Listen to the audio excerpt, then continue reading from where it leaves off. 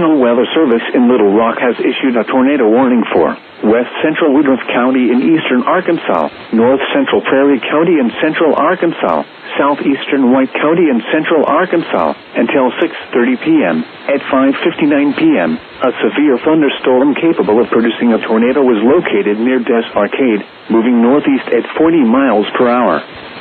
Hazard, tornado. Source, radar indicated rotation. Impact, flying debris will be dangerous to those caught without shelter. Mobile homes will be damaged or destroyed.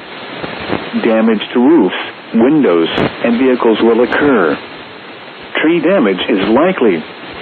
Locations impacted include Pryor, Hurricane Lake Wildlife Management Area, Worden, Jasmine, Georgetown,